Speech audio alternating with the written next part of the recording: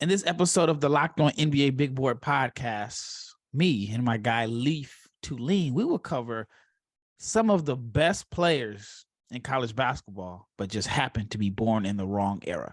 Stay tuned.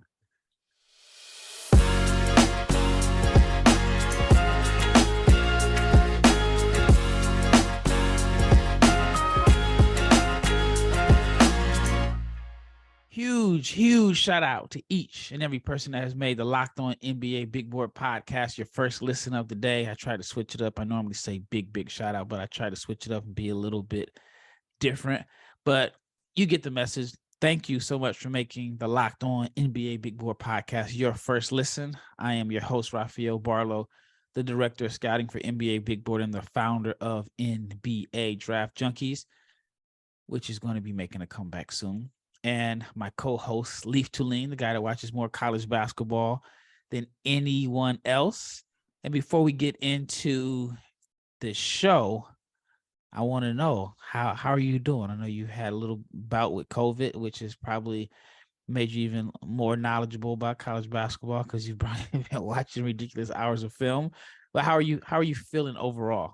I'm feeling well. I'm past COVID and back on my feet. Went to work the last 2 days and got to play some hoops. So I'm feeling well. But yes, that those eight days of isolation, I watched copious amounts of basketball that bordered on too much for even me.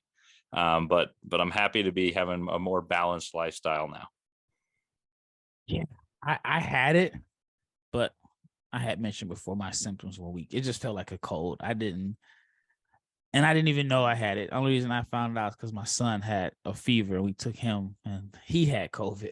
But thankfully mine was weak and I've been dodging it for years. I mean, I was actually in China when it first kicked off and I was able to go almost 3 years without it. But I'm glad you're okay. Glad you are back on your feet. And I'm glad you actually probably had the time that you probably wanted to just sit back and do nothing but watch college basketball because I know that's your thing. All right, so this show is about guys that you may like or you may not necessarily like them, but you feel like they were just born in the wrong era. Every year there are guys, especially now, and it's mostly bigs. Maybe, I don't know, maybe like some point guards that would have been like really good game managers back in the 80s, or even maybe some like wing players that have a game that's heavily based off of like isolation and scoring in the mid-range or mid-post or whatever. So, I mean, we can leave it open to bigs or even wing players, but name some guys that you feel like if this were the 2013 or even 2003 draft would be more value than they are today because the game has changed. Who's the first guy that comes to mind? I think you got to start with a guy like Zach Edey, who's likely going to win the National Player of the Year in college basketball, and he's doing it by dominating on the interior. And he's got the back to the basket game. He's got good touch. He hits free throws at a high rate and does a lot of things that were highly coveted in that about 20 years ago, 25 years ago. And when the best commodity you could get at that point was get a big man who can anchor your middle by being a shot blocking presence and be one of your focal points of your offense. Honestly, this sounds a little silly, but he kind of reminds me of Yao Ming, but playing college basketball as opposed to in the NBA. So I think he's the natural one that my mind jumps to as someone that's just in the wrong era, because in a game that's so derived right now on space and pace, he doesn't fit the space and pace. He's kind of fits the lumber and bully mold from years and years ago. And I hope he finds a role because he's a really good kid by all accounts. And he's an awesome player to watch. It's just, you don't see too many 7'4" guys playing in the NBA these days. Yeah. You know what? Honestly, his dominance this year is not surprising because if you look at the numbers that he put up last year in the limited minutes, he's really doing what he would have done last year if he played more minutes. I remember my first time seeing him play was his freshman year against Miami, and I was like, yo, this dude is going to be really good. But he was obviously in the shadows of Trevion Williams. But yeah, he's probably the first, if not the second guy that comes to mind. I just hate that he was born at the wrong time. I mean, probably up until, I don't know, maybe 2000. I don't even want to name a year, but the majority of NBA history, he's probably a lottery pick. The majority of the history of the NBA draft. And unfortunately, like you said, he doesn't fit. Now, do you think that the game will ever kind of go back to traditional, back to the basket centers that don't necessarily have the footwork to like defend in space? See, logic would dictate, yes, that when something ebbs, someone else has to flow, and some of the counters to small ball is going bigger, and you're seeing some of these like bigger wings trying to dominate the league after an element of small ball where the tallest player on the court is 6'7". But that said, I feel like the evolution of the game has differed. It's become length on the wings has been prioritized and versatility is prioritized, whereas Zach Edey's skill is undeniable for his size, but his biggest asset is his size. And most of these players these days can't really rely on positional size to be their only scoring thing. They can have it be a defensive tool. So I think that it's possible, but I lean toward no, that it goes back to the basketball. I think the 3-point shots really just created this revolution, both in terms of gameplay and analytics have derived that gameplay dictate shooting more threes and layups and threes and no mid-range game. And so a lot of these guys that we considered tweeners, like forwards that shoot mid-rangers or back to the basket bigs, have been kind of kicked out of the league, so to speak. And even some of the more dominant post players, for instance, Boogie Cousins went through some injuries, and he was an awesome dominant bit post player through the early part of this decade, had some injuries, figured out, you know what, his best asset after that was 3-point shooting. He couldn't defend in space. And so he decided, well, I'm going to shoot. And that talks to me about how much the game has changed. If someone who's arguably in those early 2012 to 15 years, the best back to the basket big in the NBA has decided, I'm only going to shoot threes, I think that kind of dictates what's the NBA is looking for these days. Yeah, man, he was so good.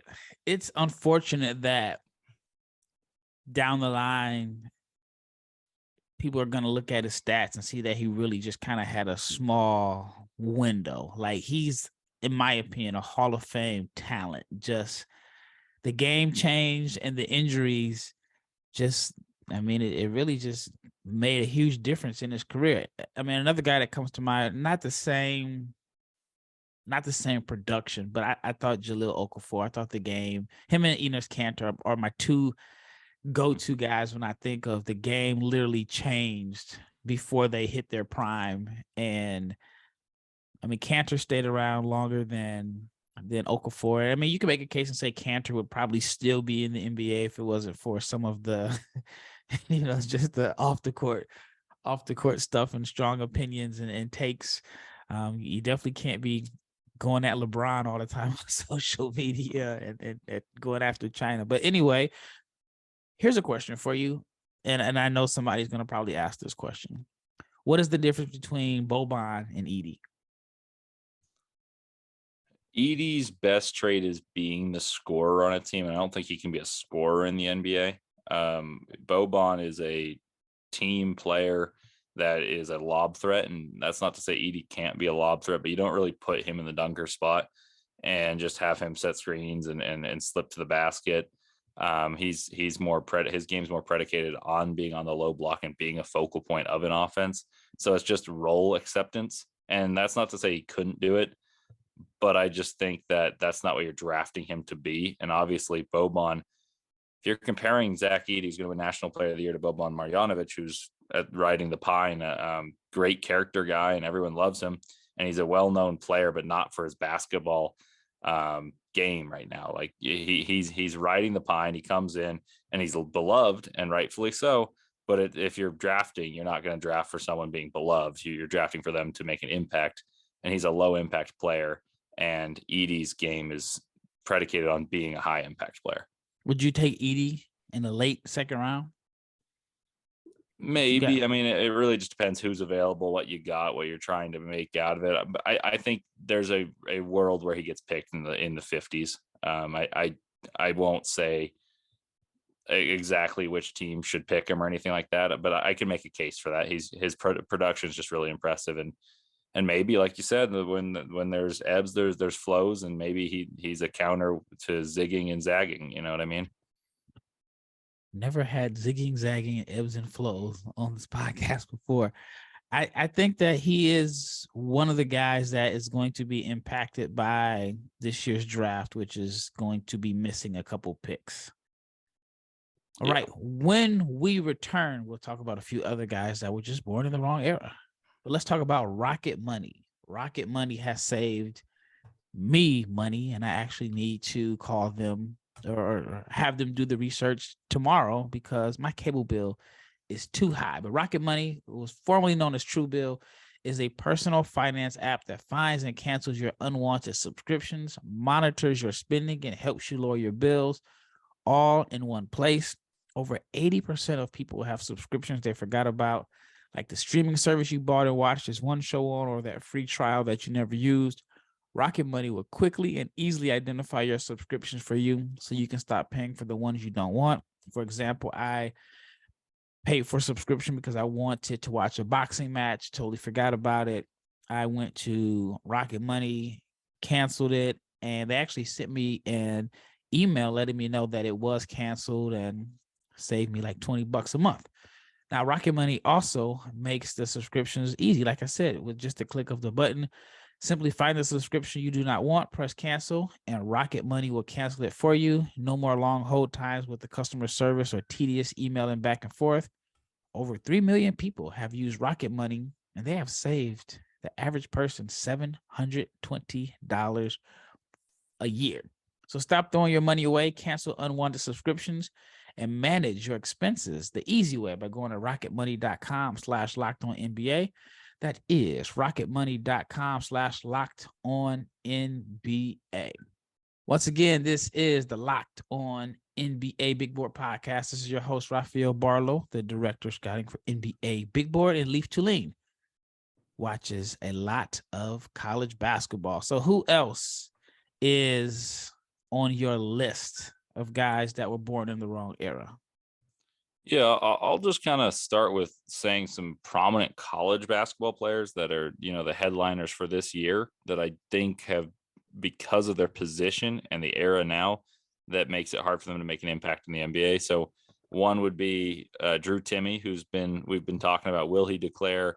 Last year, he waited till the very end and decided to come back to Gonzaga, and he's clearly worked on some things. He's kind of started attacking off the dribble from the top of the key.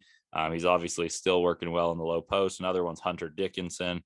There's a lot of these bigs that are traditional back to the basket bigs who have an ability to step out and shoot it a bit, but they're not stretch fives to the NBA caliber.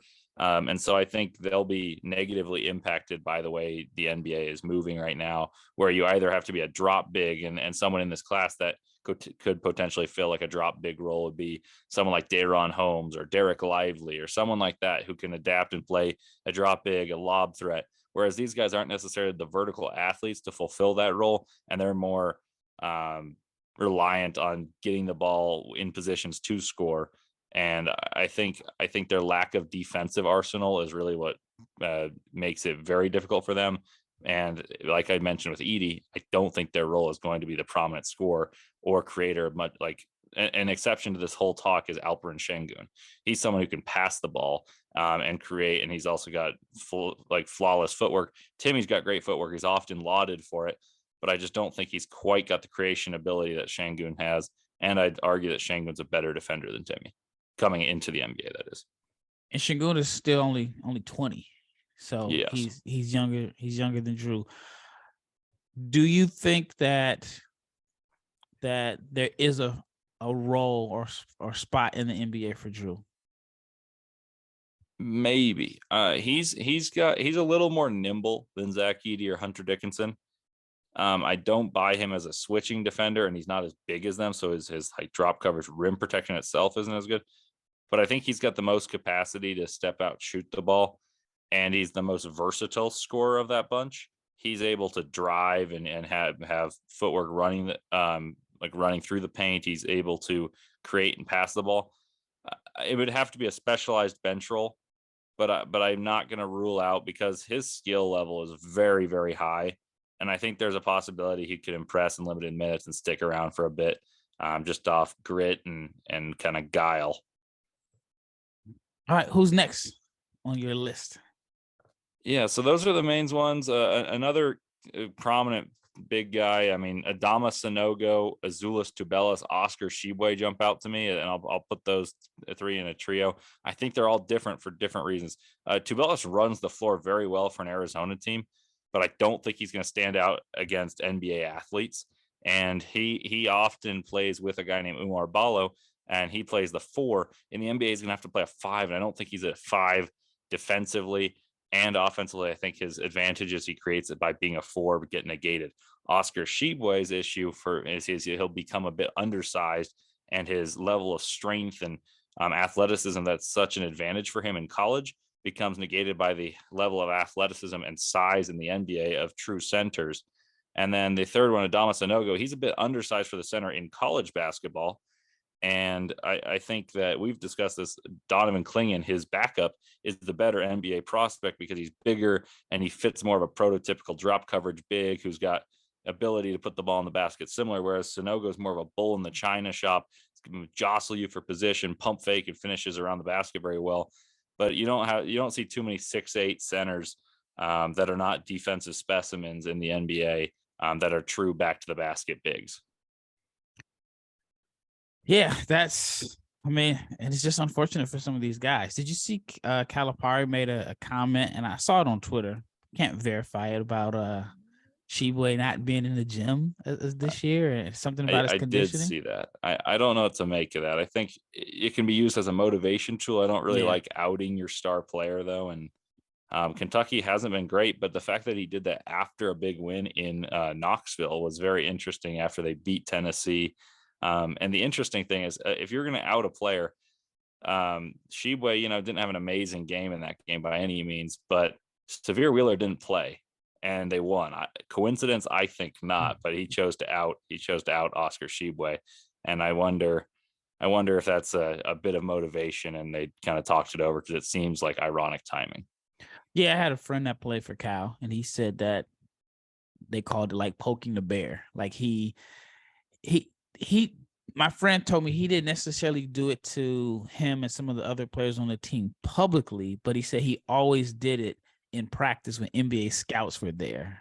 And it was kind of like, it always fired him up because the players either were like mad at him or just were like, okay, I got to prove him wrong to all these scouts at practice.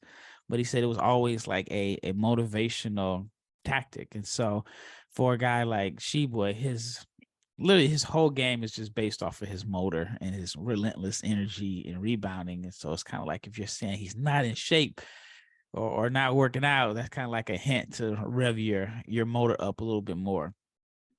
Now, is there somebody that is not necessarily a 5 that you think whose game doesn't fit? I know there were a lot of questions last year about Johnny Davis and how his game fits the modern. The words right out of my mouth. That was my whole claim last year.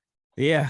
So for that group that was like their biggest knock against him, you have a strong case right now to say that you were correct. Very, still very early. He can still develop, but he has definitely, he struggled in summer league. And he's playing in the G League, not necessarily lighting the G League up last time I looked. And we've seen some crazy scoring numbers in the G League, like Ty Washington had 53 a couple of days ago.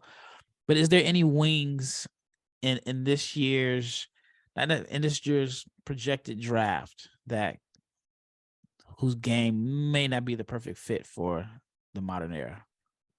I have 2 guys that at different points in their career could have been considered based off high school accolades and early production first-round picks, but now are firmly in the second round, that I think it's because of the evolution of the game and their shooting splits that have dropped them. And that one would be Keontae Johnson. Obviously, the health scare certainly contributed.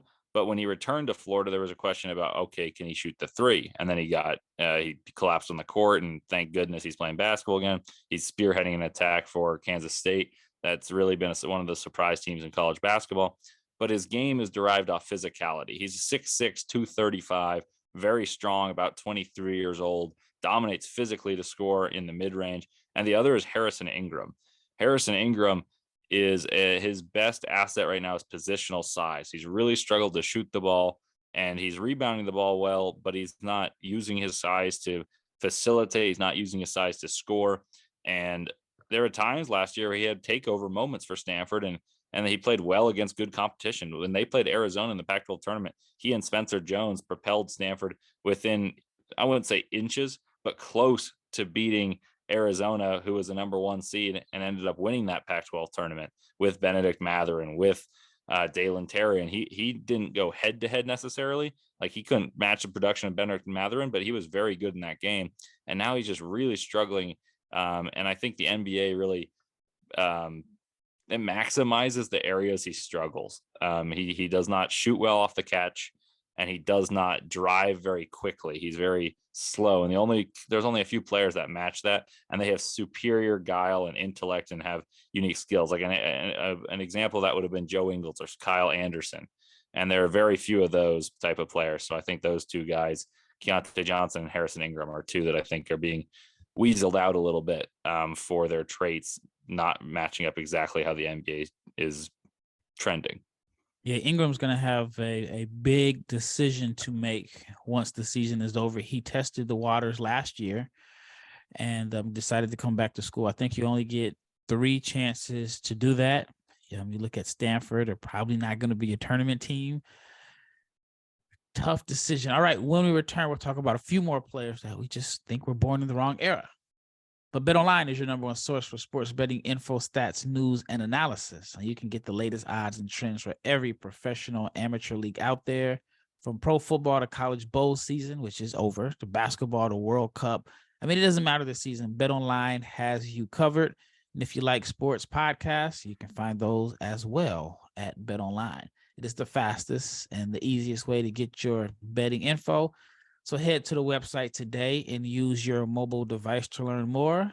That's because BetOnline is where the game starts. All right, last segment. So we've covered Edey, we've covered Sheboy, we've talked about Timmy. You mentioned Keontae Johnson, Harrison Ingram. Is there another wing or even like shooting guards or point guards that make your list? I didn't think about this until this very moment. So this one I haven't thought out as well as the others I had notes on. But Arthur Kaluma is one that I think has a difficult time transitioning to the NBA because his game is mid-range dependent and physicality dependent. And I don't think he's a very good athlete, but he's a very good college athlete. He's not a guy that stands out to me as a 1%er or even a 10%er in the NBA, which he is in college basketball, combining his size, speed, and finishing ability. I don't think he's going to be able to slash the way he can in college in the NBA. And I don't foresee him becoming an above average 3-point shooter. I think he can be a good defender, but I don't think he can be a good enough defender to make up for the lack of scoring and 3-point shooting. I think the archetype he'd want to follow, and this is off the top of the head, so I forgive me if it's a little off, but it would be like Torrey Craig. But I don't think he's as good a defender as someone like Torrey Craig is, and Torrey Craig knows his role to a T. And Kaluma, I mean, obviously he can adjust, and that's what the NBA is. Everyone is a better college player than they are in the NBA, or almost everyone, I should say. But he'd be one that I have questions about the way he transitions. And if we talk about a guard, I think someone like Caleb Love, I was kind of out on him to begin this season. He can score the basketball, but he's so incredibly streaky, and his whole his whole appeal, and this is one I don't particularly subscribe to, is he's a microwave scorer. But that said, he's not a very good defender, and he's not a good passer. If he's off, he's not very good. And I don't think he's got the traits to be an NBA scorer, because even this year at Carolina, he's had games where he's been neutralized as a junior. And I think they're less explicable, or I should say they're less inexplicable, and now they're more easily explained than when he was shut down as a sophomore, where you could be like, oh, you know what, he's young and he's taking bad shots. I don't think his shot selection has improved, and I don't think he's necessarily going to adapt his game as well as some can. Yeah, I don't think his shot selection will improve because he is. It's hard. It's crazy to say he is who he is, but he is wired to score. He is wired as this guy that just has this confidence that is, it doesn't matter. He can miss 10 shots in a row and he is not bothered by missing. But when he's on, he can be one of the best players in the country when he's on. But when he's off, he'll win you a few games, but he'll shoot you out of more than the ones he wins you, in my opinion. And that's the knock on him. I will say this in defense of Caleb Love, he made big improvements from freshman to sophomore. But his leap from sophomore to junior hasn't been substantial. Yeah. And and I can say the same for Kaluma in a sense. His leap from freshman to sophomore hasn't been substantial. Creighton, on paper, they're loaded, bringing in Shireman and all that. They have a lot of talent. They don't have a lot of depth, but Kaluma hasn't made the jump that many people, including myself, expected. I actually got on a Creighton sweatshirt. And it almost makes me wonder, like, did he make the mistake of coming back? I mean, that Kansas game, you can fool some teams and scout sometimes by having a great last impression. And he had a great game in the NCAA tournament against Kansas. And then maybe he has some good workouts, along the way, and ends up being a second round pick because they saw the upside because he was only a freshman. Now I think he is a guy that could potentially go undrafted if he were to.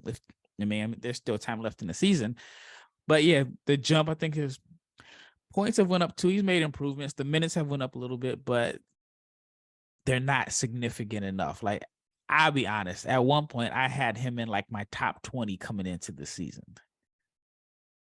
Here's one for you. Ricky Council. I think Ricky Council would be like your guaranteed first round pick, 2-guard in 1998. Athletic, he can get to his spots, but he's heavily reliant on mid-range and is not the best, playing off the catch. What are your thoughts on Ricky Council? Yeah, that would be one that I agree with, that assessment. He's someone that I've got in like kind of my mid second right now. Mm-hmm. And I think that it really just depends how he translates shooting the ball. Right now, Arkansas is putrid shooting the ball from beyond the arc. They can't buy a bucket from distance. Even though they crash into the paint and get good looks, it's just teams leave them open, and that's the right strategy right now. So I'd like to see how he does in workouts, the star drill, just see how he shoots the ball. But based off what I've seen, and without those workouts in my knowledge, I agree with you. I think he's someone that fits the ilk of how I saw Johnny Davis coming in this past year, where there's only one scorer in the NBA that is of that same size that scores predominantly in the mid-range. That's DeMar DeRozan. Those don't grow on trees. And he's also a ball dominant guy. Obviously, there's a lot of cooks in the kitchen for Arkansas. A few of them have been relegated to sous chef duty, or AKA being injured. But the Arkansas is a weird situation, but I think it makes them isolation dependent. And if he's isolation dependent and doesn't shoot well off the catch, I agree with that one. And I think that's one I should have had on my list coming into this. All right, last one, Hunter Dickinson from Michigan. He is a guy that I think would be I think he'd be a starting center in 2003, maybe even 2013. And he's not on a lot of boards. He's productive, definitely one of the most skilled and productive bigs in the country. And he's done it, over time. What are your thoughts on him? Yeah, I briefly alluded to him when I was talking about Timmy as someone that can step out and shoot the ball, has shown ability to pass the ball out of the post. He's skilled. But the difference between he and Timmy, to me, why Timmy I think has a chance to crack a rotation, is he's a bit more agile. so he can do things going downhill, even though I'd say Dickinson's the better shooter between those two, and he's bigger. I just don't see his slow feet and the style of being a ball in hand, back to the basket, big guy translating to the NBA at any point. I think he can be a dominant big in Europe. I just think there's too much space and pace for the way he plays. Even when on Michigan, they tend to hedge screens. You can see him sometimes not getting out in time to hedge, and he gets like little hip check fouls. And he's a very good rebounder. He's got good timing, but he's not much of he blocks a few shots. So I'm not going to say he's a horrible protector of the rim, but he's not someone that has that whole influence around the rim that, they're ground bound like Marc Gasol, but he gets there so rotationally perfect that he really impacts your shots. So I think his defense lacks a little bit, and he's just not quite good enough of a shooter to crack a rotation for me. But I do enjoy watching Hunter Dickinson play, and I think he's similar to the way Zach Edey's used, and he creates a lot of the three-point looks that Jet Howard and the Michigan Wolverines get their threes based off passing out of doubles, and he's one of the more integral players to his team in college basketball. All right, very last question. Who out of the guys that you named will be next year's Kenny Lofton? They go undrafted, and then they go to the G League, and they're like a 20-10 threat every night. Oh man, that is a really good question. I got to think about all the people I named. I'll go with this one. Actually, I'm surprising myself a little bit. So the scoring, I think the best scorer would be Timmy. But I'll say the production. I can't see Timmy in the G League. Yeah, I can see him as like, either I'm going to Europe and I'm going to make a lot of money, or he's like 12th, 15th man. Yeah. But then again, So what I was going to say after that was that the production, in terms of sustainable production, I think Oscar Tshiebwe will be able to rebound. Like that guy's got a nose for the ball that is undeniable. And if you're able to rebound, you're able to catch some lobs, I think he can be a nice 12-12 guy. I don't think he's going to be 20-10. His scoring, he doesn't have the footwork or the repertoire down there that Lofton does, but I think people will notice 12-12, and he can maybe have a stint such as Kenneth Farid did as the manimal, and just rebound, motor. And there might be a spot for him in the NBA after a productive G League stint. Makes sense. All right. Very, very last question. Who wins the rebounding title in college basketball this year? Tshiebwe or Edey? They're like half a point. I mean, they're like 13-2 and 13-1 right now. I'll go with Edey, and that's because he has fewer guys to contend with for rebounds. Kentucky has more vertical athletes, and he comes out of the game for longer stints than Zach Edey does. Though I don't want to bet against Tshiebwe and rebounds, so I'm going to go with Edey. But Tshiebwe is undeniable, man. At the rim, he's got a hunger for that basketball, and it's impressive to watch. Yeah, I agree. All right, man. That wraps up another great episode. I always enjoy getting your takes on college basketball, and of course, finding out which new word you're going to throw at us with your extensive vocabulary, which is awesome, because your goal is to do is it play-by-play you want to do? Yeah, play-by-play would be the long-term goal, and you got to have an extensive vocabulary there. All right, thank you, the listener, for making the Locked On NBA Big Board podcast your first listen of the day. Now for your second listen, check out Game to Game NBA. Every moment, every top performance, every result. Locked On Game to Game covers every game from across the NBA with local analysis that only Locked On can deliver. Follow Game to Game on the Locked On NBA channel. It is available on the Odyssey app, YouTube, or wherever you get your podcast. I am Rafael Barlowe. He is Leif Thulin, and we just broke down some guys that we just think were born in the wrong era. But once again, like I said, it was a great show. Always enjoy talking hoops with Leif, and we are out.